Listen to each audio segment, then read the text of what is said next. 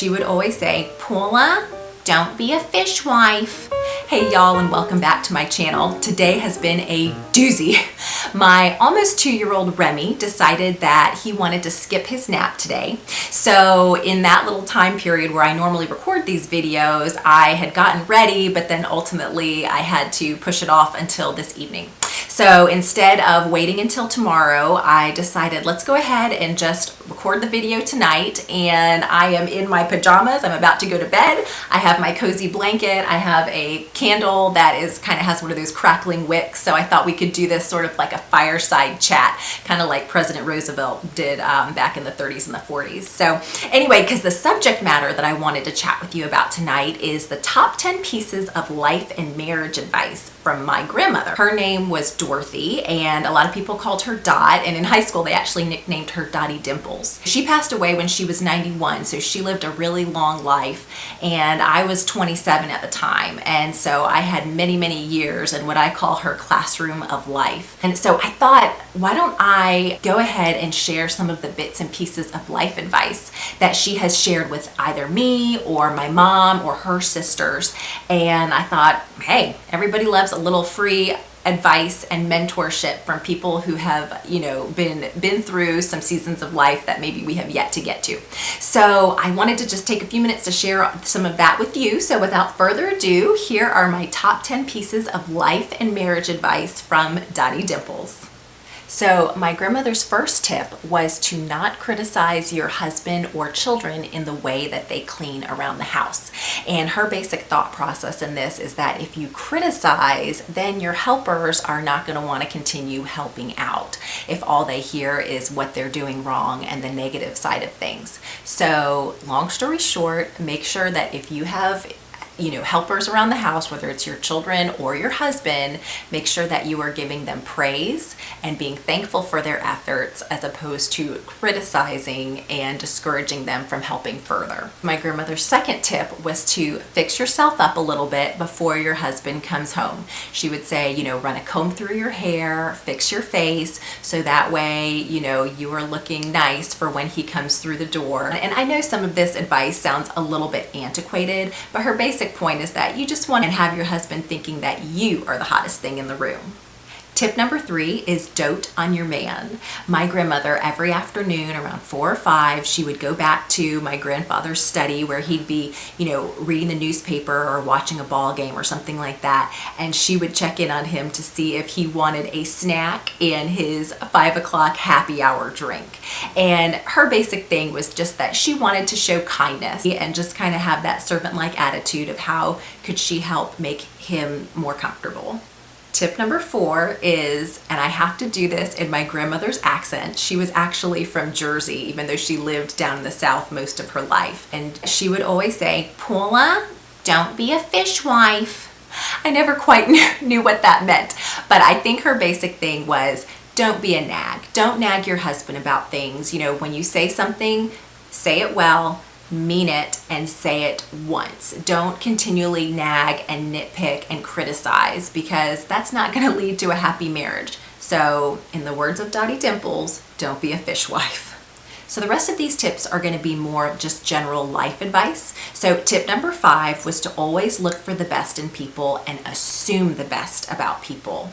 I can remember one time where I was complaining about somebody to my grandmother, thinking that she would, chime in with me and make me feel better. But instead, she was actually trying to shut down my complaints. I remember it was aggravating at the time, but now I realize how wise that is, because her advice was to just be kind to this person, kind of kill them with kindness type theory, and assume the best in them. She wasn't just someone who would talk a big game and kind of do as I say, not as I do. I remember there at her little retirement village complex, there was a lady there who was kind of crotchety, and if you parked in what she perceived was your parking spot, she would come and knock on your door, and there were no assigned parking spots. But she would just do little things like that where it's like, really, you're gonna make a big deal about that?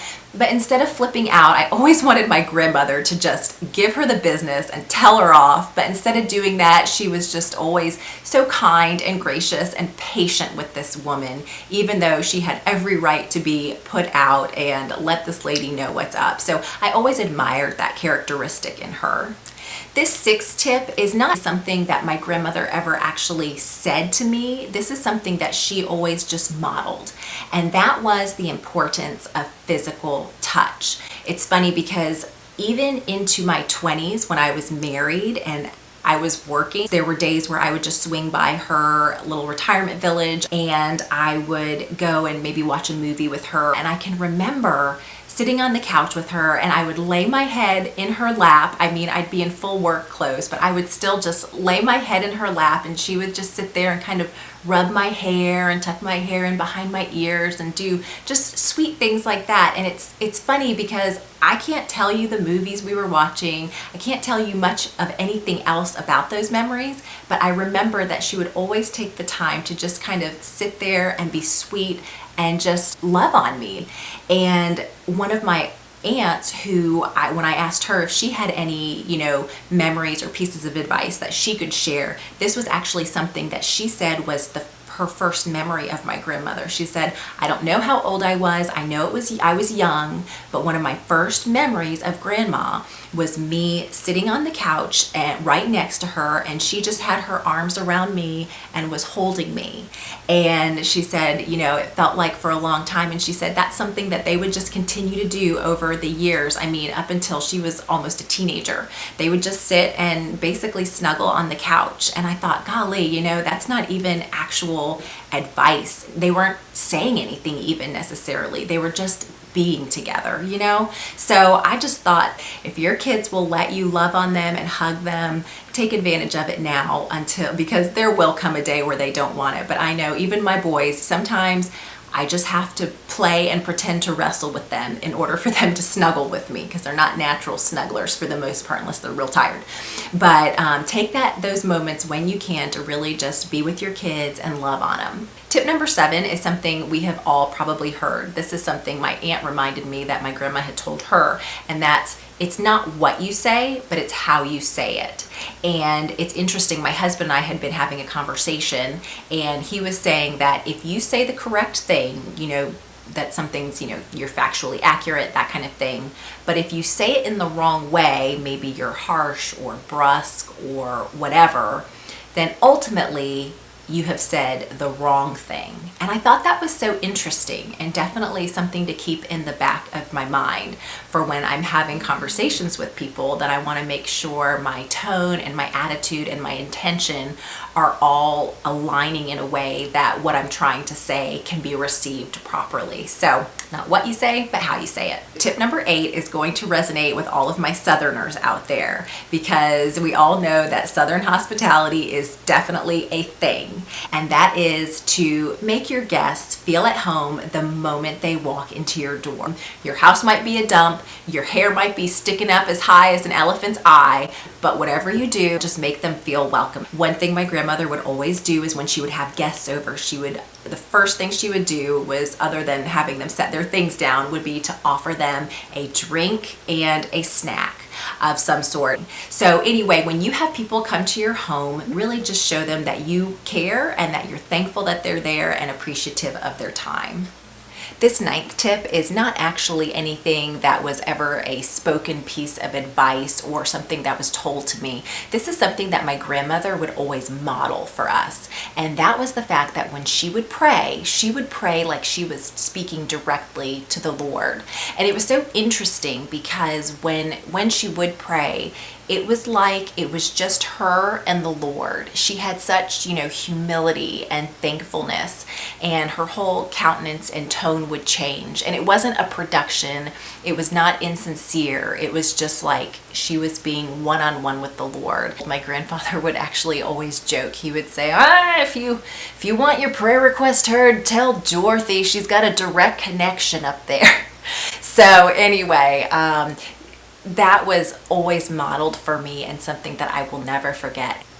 And then last but not least, my 10th tip or piece of advice was again something that was modeled for me, and that was to pray for others. My grandmother was on what we would call at our church at the time the prayer chain, and so early in the morning, she would receive a call from others in the church who were also on the prayer chain. And any kind of ongoing lists of needs or illnesses, anything that kind of was going on that particular day, she would receive a call early in the morning when she was still in her pajamas to receive that information and to be able to take it down and pray for the needs of those people, and then also pass that along to the next person in the prayer chain. So it was really a neat thing to watch. And again, it's just, something that came naturally for her, that she always willingly did, that I so appreciate having had that behavior and that practice modeled for me. It helps me to remember to not just be praying and thinking about myself, but getting outside of myself,